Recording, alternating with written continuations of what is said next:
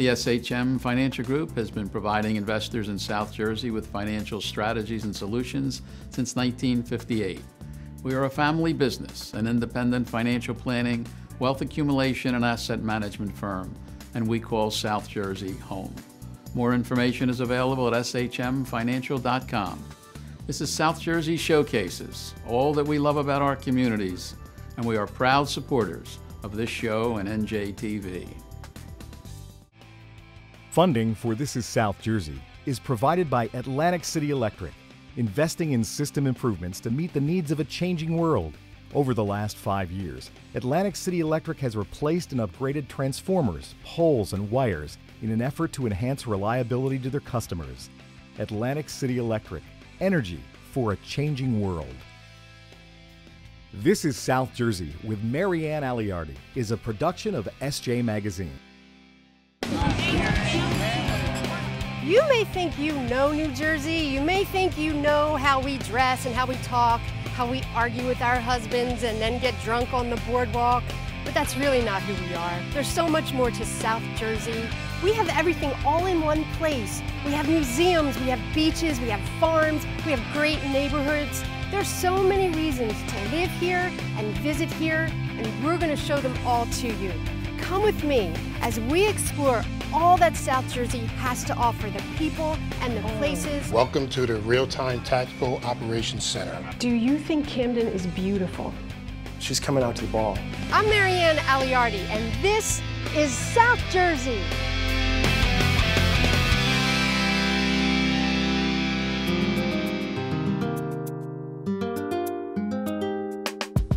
If you've read or watched anything about Camden, you know it's considered one of the most dangerous cities in the country.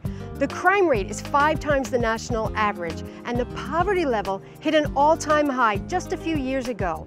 That's all real, but there are pockets of Camden that you rarely get to see. I'm standing in the middle of Camden. It's beautiful here. There are people going to work, there are families living in their home, and they're trying to live a life that's just like yours and mine. I want to show you those places in Camden that don't represent despair. They represent hope and change. This city is changing, and that's worth seeing. First stop is North Camden, an area known for its high crime and drug activity. I visited a park with beautiful baseball fields and new playground equipment, and I met Bryan Morton, a lifelong Camden resident. Lots of people use this beautiful park, but it wasn't always this way. So Bryan, tell me, what did this used to be? So what this used to be was the last place that I would ever consider inviting you to. Oh, really? Really, really. You would come to this park, and if it was the summertime, you would not even be able to get out of this park because there would be lines of vehicles parked just looking to purchase alcohol, drugs, or to engage in gambling activities that took place here. Dirt bikes would be racing up and down, you know, what should have been a field. And that's what was here. Oh my gosh, what a difference. The park is the result of a $4 million project funded by Camden County and the state. It all started with Bryan when he founded the North Camden Little League. He worked with hundreds of Camden parents who just wanted to give their kids a place to play. The first step was getting the community reconnected to active lifestyles, and in that capacity it was playing baseball. Yeah. So literally saying, hey, let's come outside and play baseball at a very small park not too far from here. And then the next year more people wanted to play, so we came here and we sort of began to work out negotiated times when that activity couldn't happen because we were going to be here. Okay, so wait, you were negotiating with the crap shooters? We were negotiating with the dealers and the users. Really? Yeah, we were. You know, there are incidences that are littered in the press where one community member might have tried to take a stand and his or her house might have been burned down, or there was a retaliation. Yeah. You know, make no mistakes, we were having an impact on people's lifestyles, you know, when we were shutting down, you know, or asking them not to be here. With that in mind, we just set out to do. And we've been able to continue to grow. So where we were hoping to get 60 kids in our first year, this year we had over 500 players, 28 teams. We reintroduced softball. for young ladies for the first time in over 20 years. Clearly the parents wanted that for you to have such an increase in members. That's incredible. Yes. And it isn't just baseball, it's baseball and Bryan that made this happen. Well, it's baseball and belief, and Bryan's somewhere in there. You know, I get to be the front man, but there's a lot of stuff happening in the background. There are a lot of families that are entrusting, you know, myself and the coaches with the most precious commodity out there, you know, their children. There are a lot of individuals in the community that wanted to get involved, but because there was no outlet, you know, they just sat back, we locked ourselves behind our doors, and so other people had run of the neighborhood. So they wanted it all along. There just wasn't, I guess, somebody crazy enough to say, hey, let's do it. Yeah, and you did. Yeah. Growing, we came here and we were able to continue partnering with the Metro, and then bring in some other really key partnerships with the city, with other politicians that were able to, and I've learned this term, you have to justify expenditures. You know, so where we may be able to say, hey, parks are great, unless there's really a great thing happening in them, oftentimes we cannot, you know, see monies being directed. And so because of baseball, they were able to say there is a need and there is a reason, and so that's why we're able to sit here without fear. I feel totally comfortable, you know, inviting you out to watch a game as much as I would for this interview, and even more so, you know, to say, hey, let's have a play date with our kids, and those are realities that weren't here before. Right. This is your neighborhood. It always has been. You grew up here. Yes. So what was it like growing up here? Growing up, it was a really diverse neighborhood. It was a bustling community. There were businesses here, there were homeowners here. And then when I got to about my teenage years, it just suddenly began to change. That's when, as a child, you know, you heard of Campbell's Soup closing and the prison being built. That's where we began to see, as jobs dried up, drug dealing became a regular part of the community, and then households really began to fall into peril and crises and disintegrate. Having lived in a neighborhood and having felt that, you know, I've always wanted to kind of selfishly recapture it and then pass it on to others. So Bryan, every time I see you, you have a tie on. Yep. Why do you always wear a tie? So it's a personal joke. It's so that. It's a joke? Yeah, it's a joke. So you can tell who the good guy is. When you look at news stories and when you look at the movies, it's the black male wearing baggy pants and wearing a hoodie.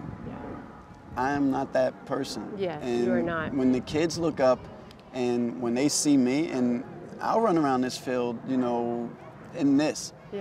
Because this is my uniform. And this should be the uniform that they seek. We should always seek to be about our business. You know, in the same way, you know, we used to, in our neighborhoods, be proud and exhibit that pride in how we carried ourselves. That's why I always have a tie.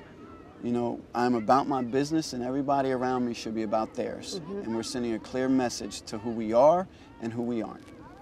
Your life story is incredible. So thank you. How? Why do you think it turned out this way? So many times you can get caught up in saying, you know, if I had had this opportunity, my life would have been so much different, or I could have done so much more. But I believe that, you know, we're ultimately shaped by our experiences.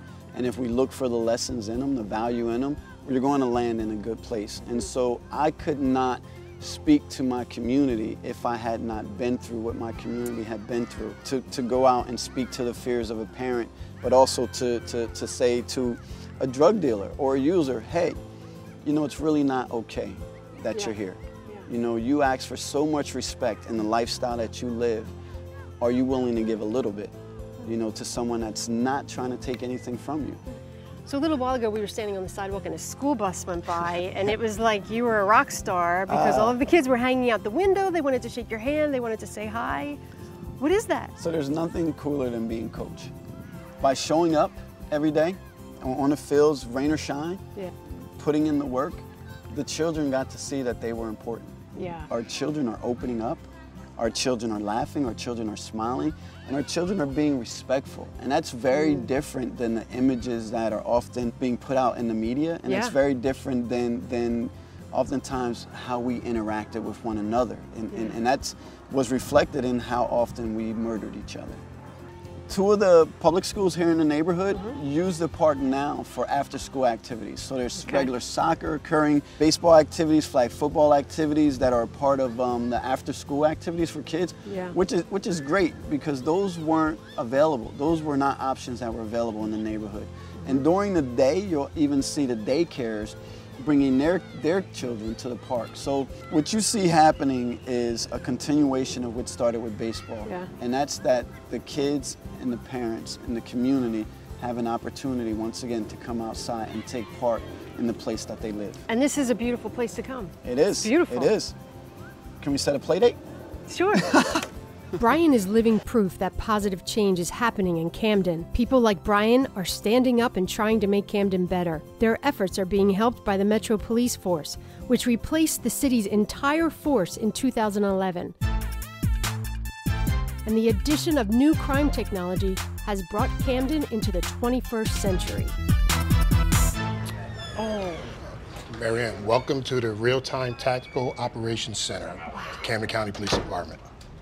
Sergeant, this is a pretty space-age room, so I've never seen anything like it before.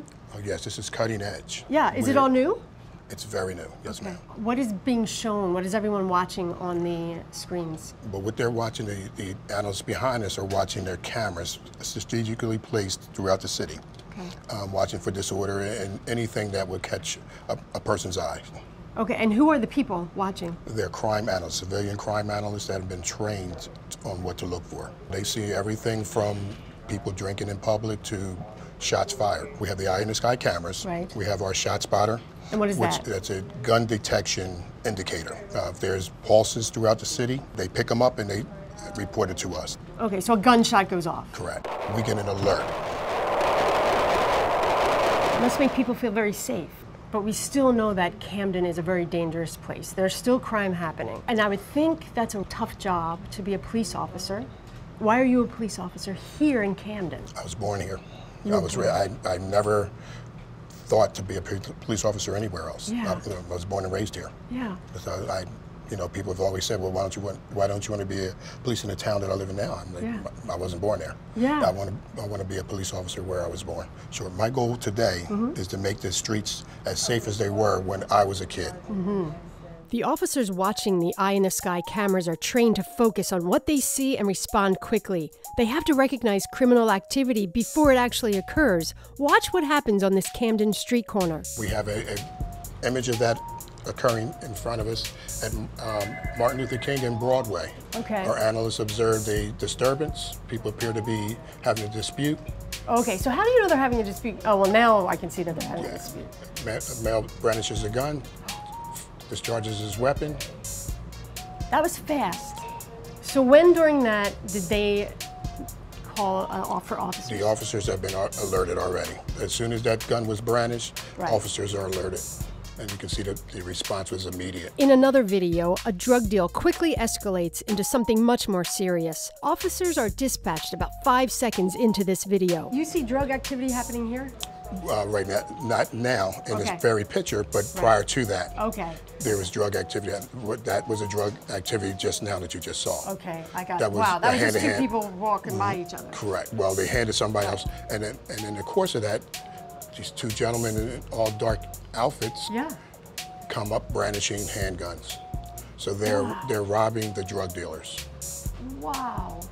And there were just people crossing the street, and they just kept crossing the street. It's like you were just walking in the park. You can see the gun in his left hand.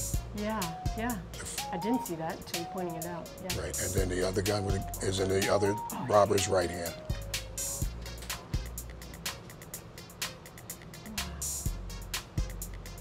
Oh, there's a baby going by.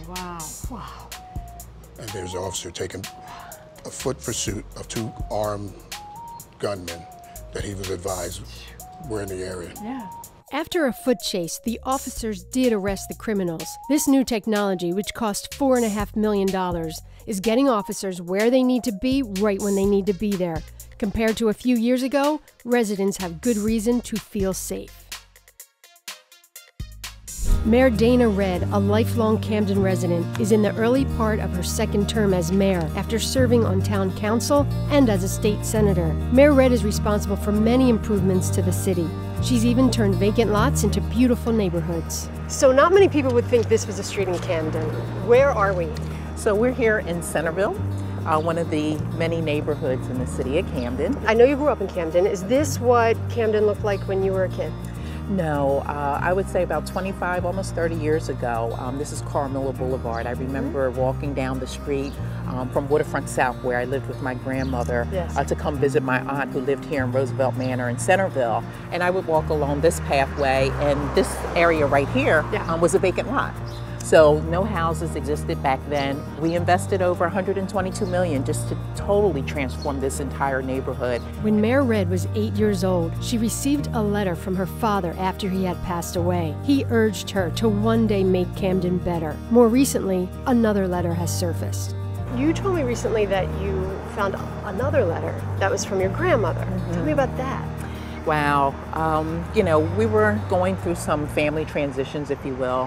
My grandmother suffers from dementia, and as we were making transition for her care, I was going through her paperwork. So not only did I find like a birth certificate, her marriage license, I found this letter that she wrote to me around the time that I announced for mayor. And she kind of scripted out some instructions about how I was going to be a different leader for Camden, and that we weren't going to use the negative tactics in the past, and that we were going to lead with, you know, with character. And it just, I was blown away. I'm like, wow, you know. But you found this years later. I found it years later, after just about after my first term. I was coming to closure in my first term, so she never gave it to me.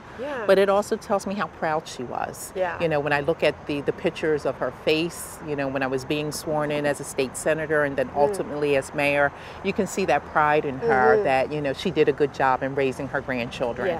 The mayor often calls upon her faith. She even keeps a Bible on her desk. Any issues come up about separation of church and state and you having a Bible on your desk? Well, not for me. You know, the Bible and its teachings are much of my foundation, you know, my core of my being, my values, my ethics, regardless of what religion a person, you know, is involved in or what faith, you know. I think it guides our principles and how we interact with people. Mayor Redd is bringing change to the city. So what's next for Camden? Jobs, job creation, which is industrial manufacturing jobs coming, you know, to the port, which will be this way. And over time, they're going to scale up to about 3,000 jobs. What is the feedback from the residents here? I think the residents are still trying to process all of this, to be honest. They're like, you know, we've heard this before, you know, we've been made these promises and nothing ever happened. So we're trying to work with residents to see, you know, to make them see the glass as being half full and not half empty. And once the jobs start happening, and once the jobs start happening, you know, we've talked about it. We said, okay, they're coming. So now we're working with the Department of Labor. So again, to prepare them for the jobs that are coming here within the next year or two. We want them to be the beneficiaries and to be the local hires. So do you, in your time here, do you see yourself as a successful mayor? I see myself as someone that has hopefully led the way to make believers out of the non-believers of what Camden could accomplish, at least in the first term. And that was being, you know, fiscally prudent with the way we managed our budgets, making tough decisions for tough times, and then also stepping to the critical issues that have been written about in report after report after report, public safety, education, and now job creation. So I would say that I still have work to do, but for myself, I want to leave Camden in a better place than what I found it. Considering all Mayor Redd has done, Camden is on its way to being a better place. If you look closely, you'll see lots of beauty in Camden. For artist William Butler, he's adding to that beauty. William brought his family here from Iowa after coming to Camden on a mission trip. They felt compelled to move here, and they've become an integral part of the change in Camden. William's studio is housed in a refurbished firehouse, where he opens his doors to the community. We wanted to create an environment and to create a setting, not only to invite those folks from outside the city, but also to empower people inside the city to be able to use their creative gifts and talents and skills and showcase what they've done in the city and what they're capable of. So we're connecting marketplace with institution. Art changes people's perception in many ways. Even if you look at our sister city across the river, Philadelphia, Old City was not Old City 20 years ago. It was not a destination. Northern Liberties was not a destination, and arts and entertainment and people who had a heart of restoration, which is what I believe my wife and I have and our sons also have for the city of Camden, is to really see restoration come about in a beautiful and organic way. And I think when you create something beautiful, it inspires others to see beauty in the place that it's created. And so whether it's Northern Liberties and now Kensington and Fishtown, these places are just exploding because there's great creative opportunities and there's great opportunities for creative expression, which I believe inspires others to come see and then to come and imagine and then to come and be. And so that's our hope for Camden. So what would you say to people who are afraid to come to Camden?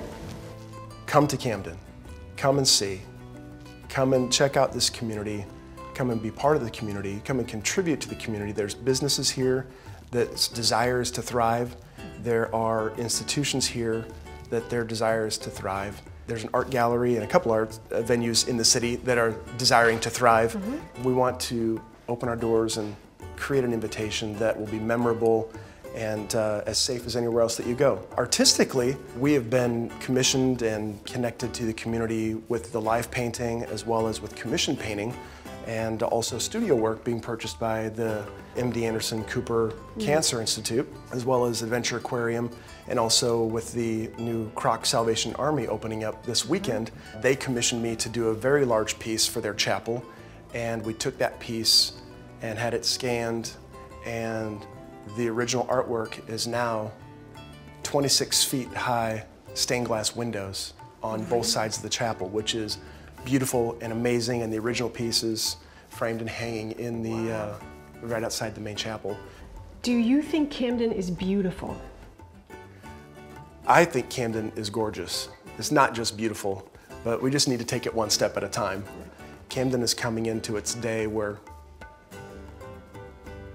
she's coming out to the ball, and she's really pretty. And I think the best way to see the beauty of Camden is to come and be in the city of Camden, to live here, to work here, to come and share your gifts and talents in the city as well, to get to know the people that live and work here. They're amazing, they're resilient, they're loving, they're caring.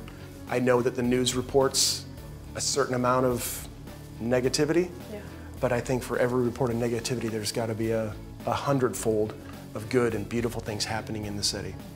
The community is coming together. Where there used to be great divides, those walls are coming down, and I think people are contributing and blessing and benefiting each other through the good works that are happening in the city. The things that you're talking about are these little pieces of good. Do you think little pieces like that can really make a difference? I believe all the little pieces of good that happen in the city will begin to outweigh that negative perception. You know, there's this beauty hanging in the balance, and sometimes it's in the eye of the beholder of what's beautiful and what is not, what is ugly, what is not, what is safe, what is dangerous. And I believe that as we begin to tell the story of Camden again and again and again, and stepping forward into a hopeful, bountiful future, people will begin to see and begin to contribute and begin to re-envision Camden, and I hope they begin to re-envision themselves more active in Camden. William created Camden's Art Crawl, where you can stroll from gallery to gallery. Long term, he and his wife hope to start a clothing company to bring jobs to Camden. Back at City Hall, I met with Mayor Redd right before she introduced the city's new pop-up park, where people can relax and maybe even play on the park's outdoor piano. I bet not a lot of people would think Camden had a park with an outdoor piano. You hear about Camden a lot in the news, and usually it's a negative story. How do you feel about that? What do you think when you see that on TV? We're so used to getting negative reports about all the things that are wrong in Camden. We would like to see a shift in what's reported, touting our progress, touting the fact that not only do we have a new public safety paradigm that's making our city safer, but that we have a strong leader redefining and reforming our public education system.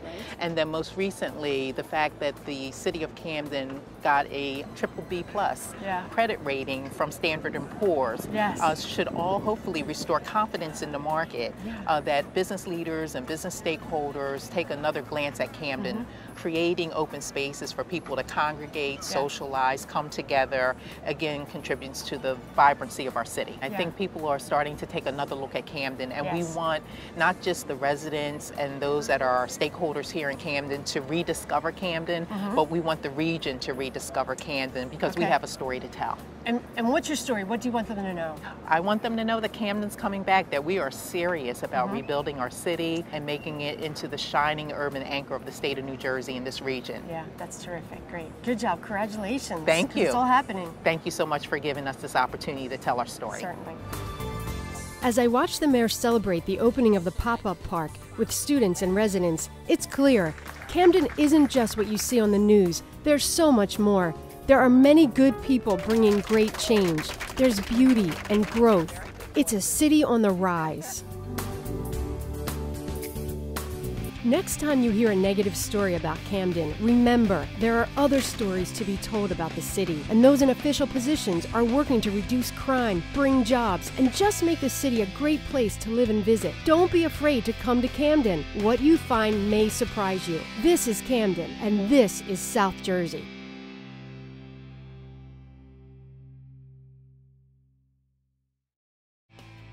Funding for This is South Jersey is provided by Atlantic City Electric, investing in system improvements to meet the needs of a changing world. Over the last 5 years, Atlantic City Electric has replaced and upgraded transformers, poles, and wires in an effort to enhance reliability to their customers. Atlantic City Electric, energy for a changing world. This is South Jersey with Marianne Aleardi is a production of SJ Magazine. The SHM Financial Group has been providing investors in South Jersey with financial strategies and solutions since 1958.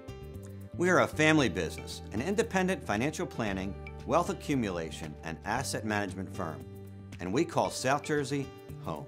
More information is available at shmfinancial.com. This is South Jersey showcases all that we love about our communities. We are proud supporters of this show and NJTV.